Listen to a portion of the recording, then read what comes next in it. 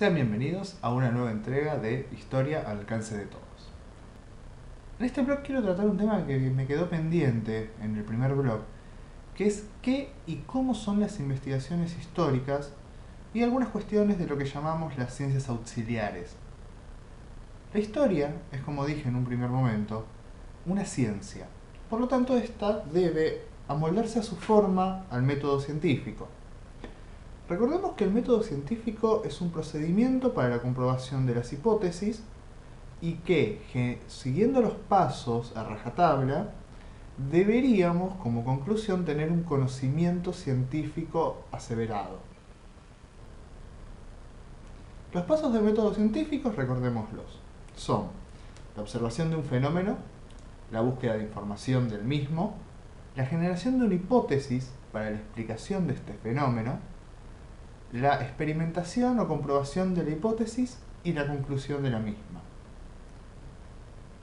Como ya dije, la historia se acomoda a su manera a este método, porque al ser una ciencia humana, y sobre todo una ciencia que estudia hechos que ocurrieron incluso hace 10.000 años, es un poco complicado a veces la cuestión de la experimentación en sí misma.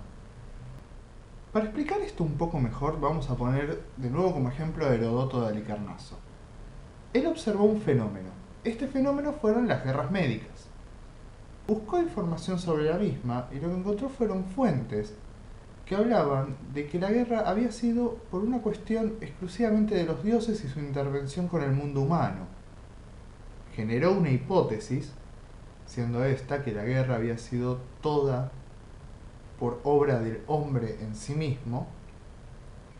A modo de comprobación, lo que él hizo fue viajar por las zonas del Imperio Persa, buscando a gente y fuentes, sobre todo, que le comentaran sobre la guerra desde una versión desde el Imperio Persa y no desde Grecia. Recordemos que Halicarnaso era una de las polis que estaban en ese momento limitando con el Imperio Persa en la zona del este. Y la conclusión a la que él llegó es que, en rigor de verdad, la guerra sí había sido por obra y gracia del hombre, la cual lo plasmó en su gran obra, Los 9 libros de la historia.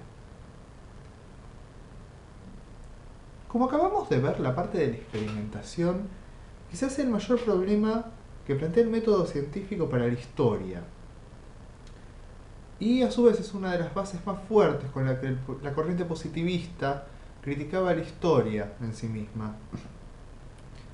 A diferencia de otras ciencias más formales como matemática, física, biología, química, las ciencias humanas, y sobre todo la ciencia histórica, presentan complicaciones para seguir el método científico porque no fue generado para las ciencias humanas, ya que no eran consideradas ciencias al momento de la creación del método.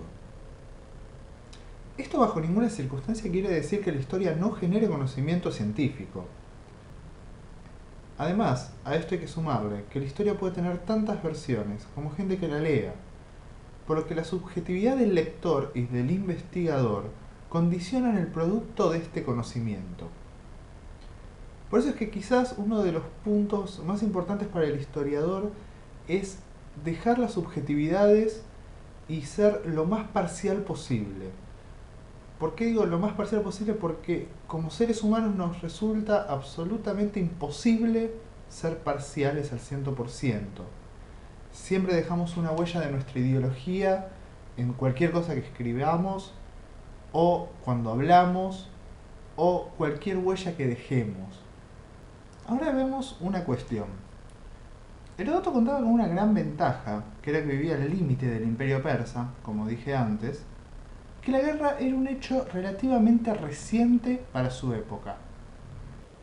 Eso nos lleva a cómo investigaríamos el día de hoy ese mismo proceso.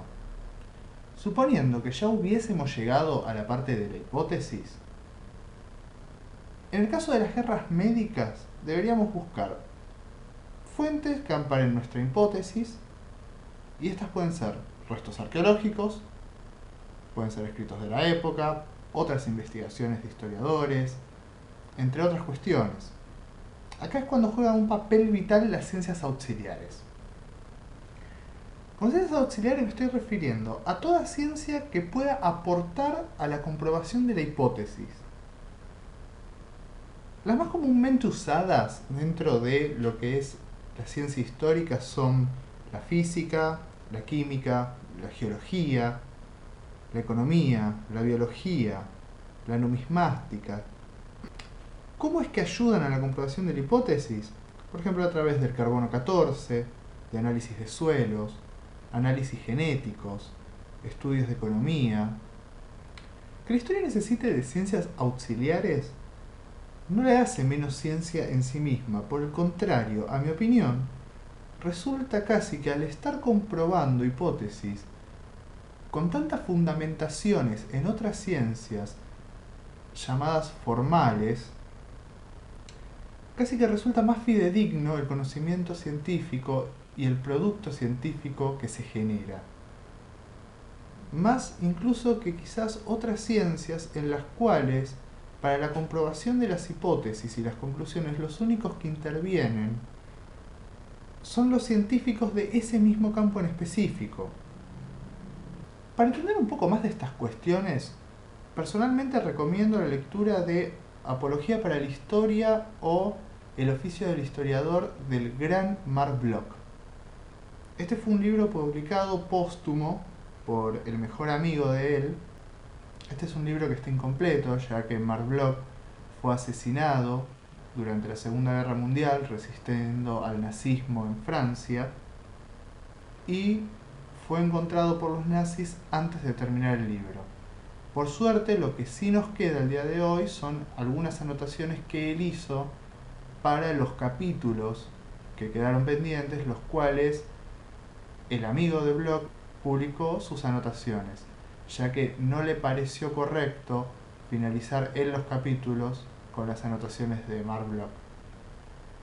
En este libro él hace una defensa de la historia como ciencia y da pautas que son las que manejamos hasta el día de hoy para la investigación histórica de manera correcta. Lo interesante de este libro es cómo defiende contra los embistes del positivismo a la historia, y es con acertadas comparaciones con las llamadas ciencias formales, como la biología, física o matemática, entre otras, haciendo claro está más hincapié en cuestiones de historia de Edad Media, la cual era su gran especialidad. Los monumentos, por otra parte, son una fuente para los historiadores, tomando sus respectivos recaudos, claro está. Pero vale aclarar que un monumento no es necesariamente una estructura arquitectónica o artística de gran tamaño exhibida. En sí, un monumento, para los historiadores por lo menos, es cualquier objeto o escrito que sea un legado vital de la civilización.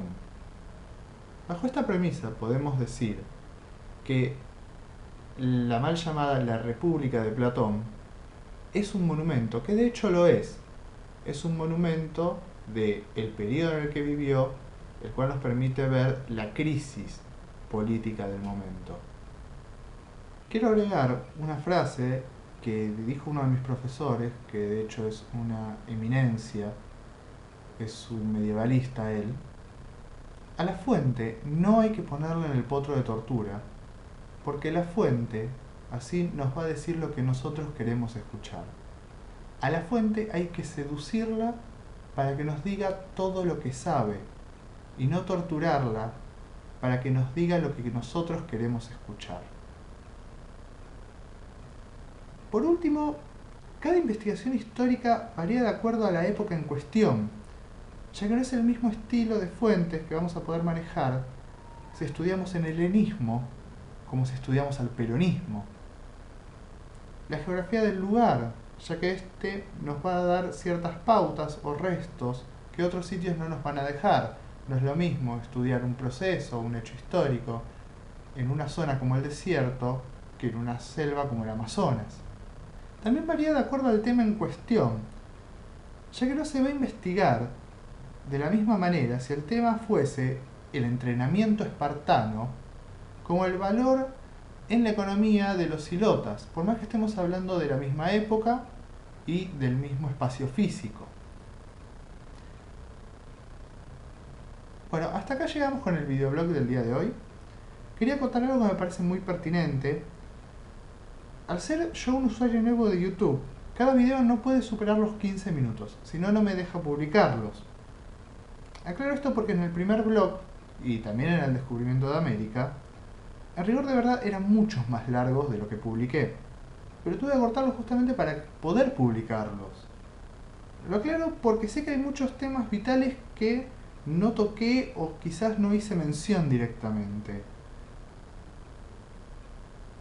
Pero el límite de los 15 minutos que tengo hace que tenga que dejar algunas cuestiones de lado, que las saco de acuerdo a mi juicio. Por esto me parece pertinente pedirles disculpas, porque sé que algunos esperaban que ondase sobre alguna cuestión que quizás pasé por alto. Desde ya muchas gracias por ver el video, denle like si les gustó, suscríbanse al canal así están atentos a cuando subo los próximos vlogs. Dejen en la caja de comentarios lo que les parece pertinente de esto o temas que quieran tratar a futuro para los próximos vlogs. Desde ya, muchas gracias por cada uno de sus comentarios, la verdad me pone muy contento y me incentiva mucho a seguir haciendo esto. Y nos vemos en la próxima entrega de Historia al alcance de todos. Hasta luego.